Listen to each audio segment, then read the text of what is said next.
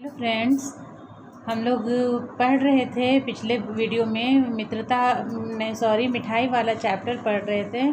और मिठाई वाला चैप्टर का हम लोगों ने कुछ कंप्लीट कर लिया था, जो कि कक्षा 7 में दिया गया है। पाठ 3 में भगवती प्रसाद वाजपेयी के द्वारा लिखित यह कहानी है।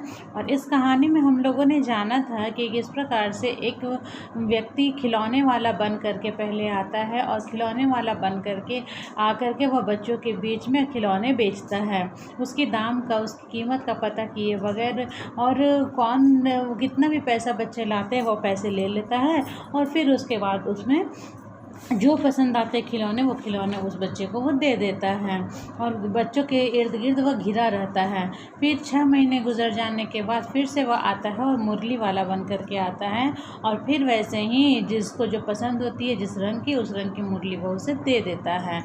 वहाँ पर वह इस चीज़ की बात की भनक नहीं रहने देता है कि उस मुरली का दाम कितना है, कितना नहीं है, कौन मुरली कितनी महंगी है, कितनी नहीं। और उसकी मुरली बजाने में भी एक धुन होती है, एक स्वर होता है, जिसका आनंद बच्चे उठाते हैं। और यहाँ तक कि बड़े बूढ़े भी उसकी आवाज़ सुन करके अपने घरों से बाहर निकल पड़ते हैं।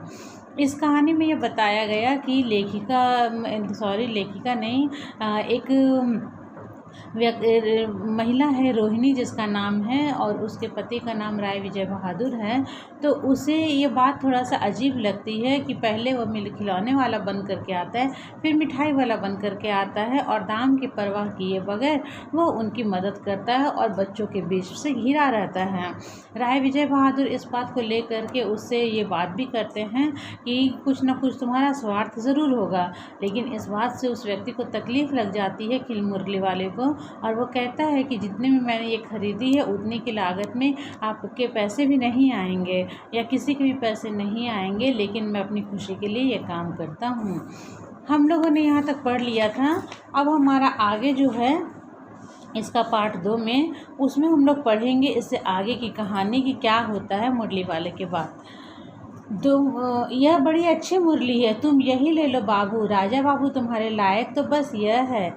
हाँ भैया, तुमको वही देंगे, ये लो। तुमको वैसी ना चाहिए, यह नारंगी रंग की, अच्छा वही लो। ले आए पैसे, अच्छा ये लो, तुम्हारे लिए मैंने पहले ही इसे निकाल रखी थी। वह मुरली बेच रहा है, और मुरली बच्चे पसंद कर रहे हैं, अपनी पसंद से मुरली लेने की बात कर रहे हैं। और जिसको जो पसंद है, जिस रंग की पसंद है, जो मुरली पसंद है, वह उसे दे रहा है।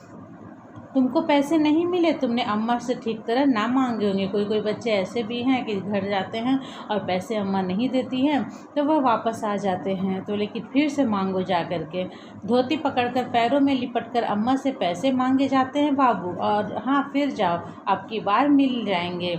और वह बच्चे को उस तरह से फिर भेजता है, ताकि किसी को ये भी ना लगे कि बिन पैसे के भी ये मुरली देने के लिए तैयार रहता है। दुअन्नी है तो क्या हुआ, ये लो पैसे वापस लो, ठीक हो गया ना हिसाब, मिल गए पैसे। देखो मैंने तरकीब बताई। जिस बच्चे को उसने भेजा था, वो बच्चा दुअन्नी लेकर के आ जाता है ख़रीदने के लिए। 2 पैसे की क्या बात, दुअन्नी में ही वह चाहे उसे बांसुरी दे देता है। अच्छा, अब तो किसी को नहीं लेना है, सब ले चुके। सारे बच्चों को उसने बांट दिया। तुम्हारी माँ के पास पैसे नहीं हैं, अच्छा तुम भी यह लो। अब जब सब मुरलियाँ बिक जाती, एक बच्चा निराश रहता है, तो उसे निराश देख करके वो बोलता है अच्छा तुम यूँ ही ले लो, और वह उसे यूँ ही मुरली उसे दे देता है। अच्छा तो मैं अब चलता हूँ। इस तरह मुरली वाला फिर आगे बढ़ गया। फिर आगे जा कर के फिर बच्चों की टोली उसे घेरती, और फिर वो यही सिलसिला चलता रहता है। आज अपने मकान में बैठी हुई रोहिणी मुरली वाले की सारी बातें सुनती रही, क्योंकि रोहिणी को पिछली बार भी लगा था कि यह व्यक्ति ऐसा कैसा है कि इतने महंगे महंगे खिलौने भी वही इतने सस्ते में दे रहा है, और अब मुरली में भी वही चीज़ वो कर रहा था। तो रोहिणी सोचने के लिए विवश हो जाती है कि आखिर क्या बात है, इसलिए वो उसकी सारी बातें सुनते रहती हैं। आज भी उसने अनुभव किया, बच्चों के साथ इतने प्यार से बातें करने वाला फेरी वाला पहले कभी नहीं आया। कभी भी फेरी वाला इस तरह का नहीं आया जो बच्चों से इतना घुल मिल जाए। फिर वह सौदा भी कैसा सस्ता बेचता है, भला आदमी जान पड़ता है। समय की बात है, जो बेचारा इस तरह मारा मारा फिरता है, पेट जो न कराए सो थोड़ा। रोहिणी को लग रहा है कि वह एक अच्छे खाते पीते परिवार का व्यक्ति है और यह उसका पेशा नहीं है फेरी करना, लेकिन कुछ ना कुछ समय की बीमार से वह ग्रसित है, जिसके कारण से वह आज इन चीज़ों को बेचने के लिए विवश है। तो यही कहा जा रहा है कि पेट जो ना कराए, किसी को थोड़ा काम करना पड़ता है, किसी को ज़्यादा करना पड़ता है, लेकिन करना सबको पड़ता है। इसी समय मुरली वाले का क्षीण स्वर दूसरी निकट की गली से सुनाई पड़ा। बच्चों को बहलाने वाला मुरलिया वाला अब वह दूसरी गली में चला गया था। रोहिणी इसे सुनकर मन ही मन कहने लगी, और कैसा स्वर, कैसा मीठा है इसका, मतलब उसकी बोली कितनी अच्छी है कि किसी को भी अपनी ओर आकर्षित कर लेती है।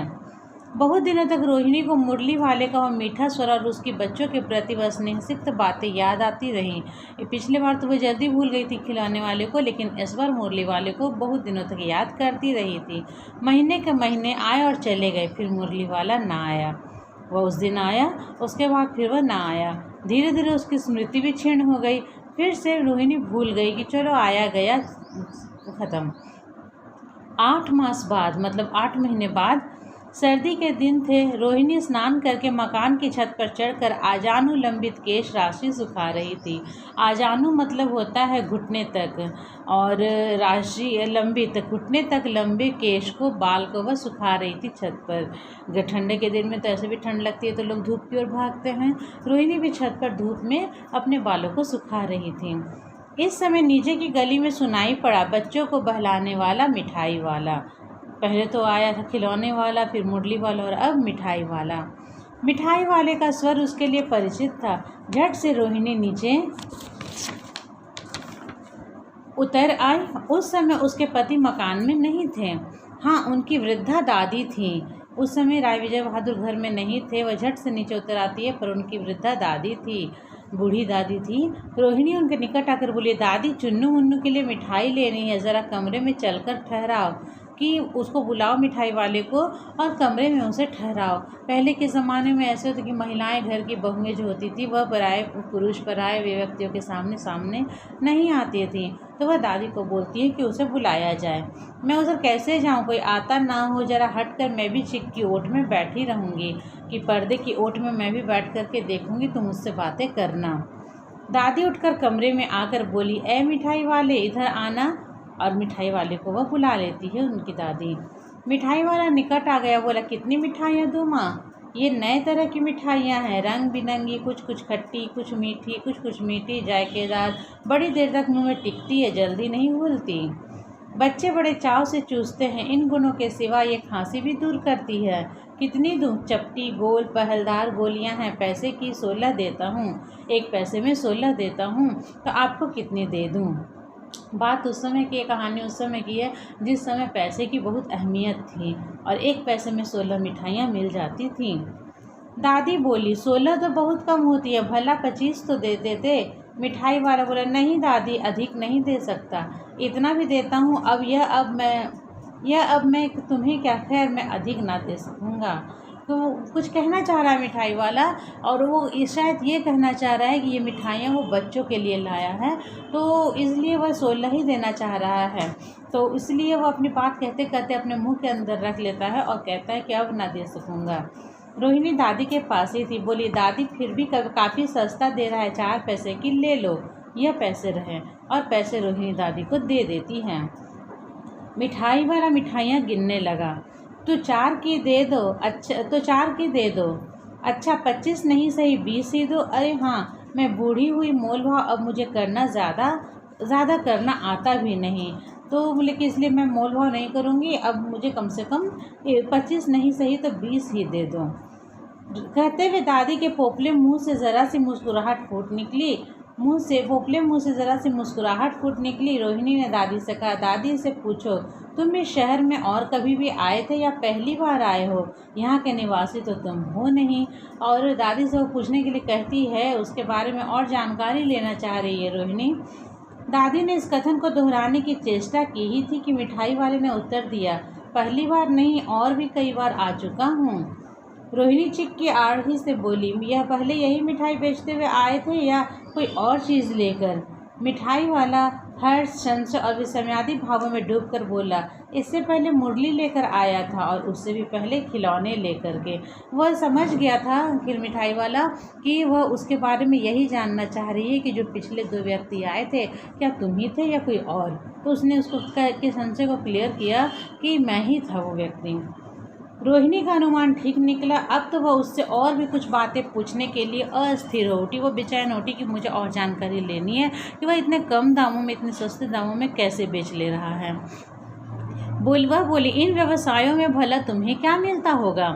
वह बोला, मिलता भला क्या है, यही खाने भर को मिल जाता है, कभी नहीं भी मिलता है, पर हाँ संतोष, धीरज और कभी कभी असीम सुख ज़रूर मिलता है और यही मैं चाहता भी हूँ। सो कैसे, वह भी बताओ। कि मुझे परम सुख मिलता है, बच्चों को मिठाई देता हूँ तो बच्चों के इर्द गिर्द रहता हूँ उसकी मुस्कुराहट देख करके। अब व्यर्थ उन बातों की चर्चा क्यों करूँ, उन्हें आप जाने ही दें। उन बातों को सुनकर आपको दुख ही होगा। जो उसके अंतर्मन के घाव थे वह नहीं कुरेदना चाह रहा था। जब इतना बताया है तब और भी बता दो, मैं बहुत उत्सुक हूँ, तुम्हारा हर्जा ना होगा, मिठाई मैं और भी ले लूँगी। कि तुम मिठाई बेचने आए, तुम्हारी मिठाइयाँ मैं खरीद लूँगी, लेकिन मुझे बता दो कि आखिर क्या बातें हैं कि जो तुम्हें बच्चों के प्रति इतना आकर्षण है। अतिशय गंभीरता के साथ मिठाई वाले ने कहा, मैं भी अपने नगर का एक प्रतिष्ठित आदमी था, एक जाना माना व्यक्ति था। मकान, व्यवसाय, गाड़ी घोड़े, नौकर चाकर सभी कुछ था। स्त्री थी, छोटे छोटे 2 बच्चे भी थे। मेरा वह सोने का संसार था।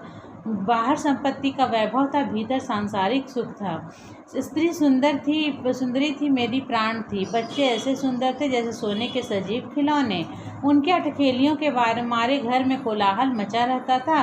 समय की गति, विधाता की लीला कि सब कुछ हंसता खेलता परिवार उस व्यक्ति के पास था। धन दौलत की भी कमी नहीं थी, लेकिन समय का खेला ऐसा हुआ कि सब कुछ से उसे हाथ धोना पड़ा।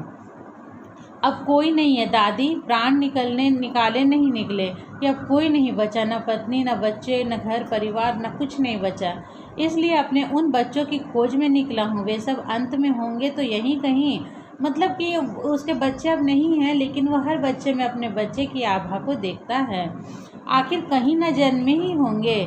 मतलब जो बच्चे मेरे अब नहीं रह गए हैं वह किसी न किसी रूप में किसी न किसी घर में तो जन्म लिए ही होंगे। उस तरह रहता, घुल कर मरता, इस तरह सुख संतोष के साथ मरूंगा। इस तरह से बच्चों के बीच बच्चों की हंसी देख करके, अपने बच्चों के बारे में जान करके, अपने बच्चों को महसूस करके कम से कम हंसकर तो मर सकूंगा। इस तरह के जीवन में कभी कभी अपने उन बच्चों की एक झलक सी मिल जाती है। ऐसा जान पड़ता है जैसे वे इन्हीं में उछल कर हंस खेल रहे हैं। पैसों की कमी थोड़ी ही है, आपकी दया से तो पैसे तो काफ़ी हैं।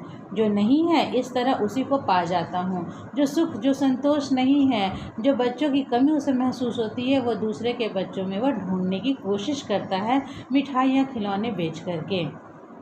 रोहिणी ने अब मिठाई वाले की ओर देखा। उसकी आंखें आंसुओं से तर थी। इसी समय चुन्नू मुन्नू आ गए। रोहिणी से लिपट कर उसका आंचल पकड़कर बोले, अम्मा मिठाई मुझसे लो।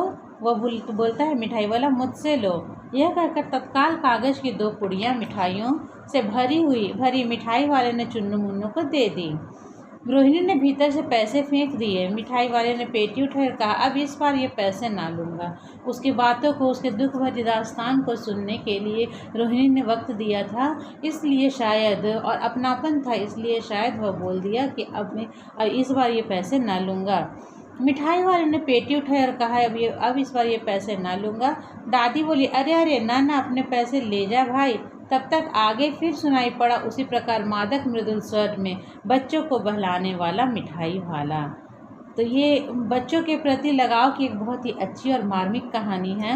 इस कहानी में हमने पढ़ा कि फेरी वाला कभी मिठाई वाला, कभी खिलौने वाला, तो कभी मुरली वाला बनकर मोहल्ले में आता है। अपने दुख को भुलाने के लिए मोहल्ले के बच्चों को प्यार और लोगों को खुशी देने का प्रयास करता है। तो ये कहानी हमारी यहीं समाप्त होती है। ये थोड़ा वीडियो लंबा हुआ, इसके लिए क्षमा चाहती हूँ। और अगले वीडियो में हम इनके प्रश्न उत्तर के साथ मिलेंगे। तो आज हमें आज्ञा दीजिए। धन्यवाद।